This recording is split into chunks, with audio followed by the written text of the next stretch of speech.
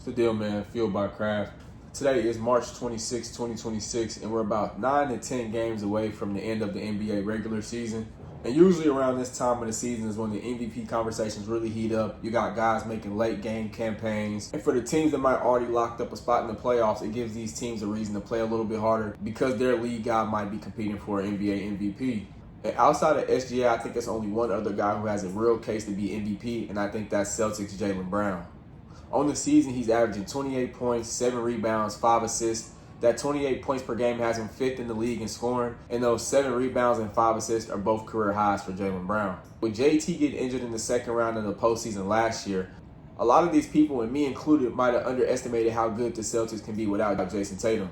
I still had the Celtics making the playoffs, but I definitely didn't have them being second in the East upon Jason Tatum's return. With Jason Tatum going down, Jaylen Brown became the engine and not just a co-star, taking over primary offensive responsibilities, and we saw him become the system and not just become a step-it-up player. Specifically, over his last 10 games, he's averaging 7.3 assists per game and 8.2 rebounds. I think both of those are just as important as averaging the high point total, because not only is he scoring points, he's influencing pace and shot creation and just becoming the entire offensive hub for the Boston Celtics. Like I mentioned earlier, Boston was the 2 seed without Jason Tatum, and usually when a player who has that high of an impact goes down with the injury, especially a long-term injury, it can really compromise the team, and like the Indiana Pacers, can take them from the top to the bottom real quick.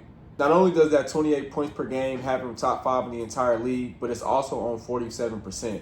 So that efficiency puts him in conversations with guys like Luka and SGA when you're talking about high point totals at an efficient rate. And I think one of the most important parts when we're grading these players that I think is left out of the MVP race is how good these guys are defensively. I think as of late, we've seen a lot of guys who haven't been the best defenders, but because they're averaging the high point totals, they kind of get that nod. But I think Jaylen Brown is one of the few guys in this conversation who can impact the game defensively just as much as he can offensively.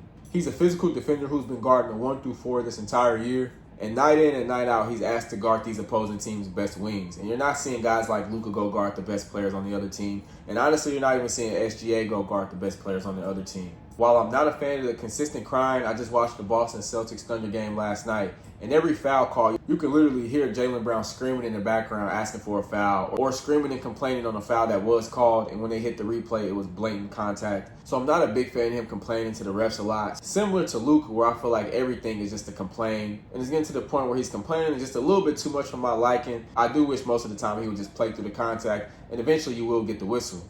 And it's not like the whistle hasn't been working against OKC with Jaylen Brown this season. Both games he's had 14 free throw attempts, so that's 28 free throw attempts between 2 games in the matchups this year. And if I'm not mistaken, Jaylen Brown's top 5 in free throw attempts this year. So kind of hypocritical that he's always complaining about the no calls and things like that when he's one of the guys who's benefiting from the refs. While I don't think he'll win the award, if MVP really stands for most valuable player, I think Jaylen Brown has a real case at winning MVP this year. Let me know in the comments who you got winning MVP this year. I appreciate you guys for watching. Like the video if you already haven't. This is Fueled by Craft.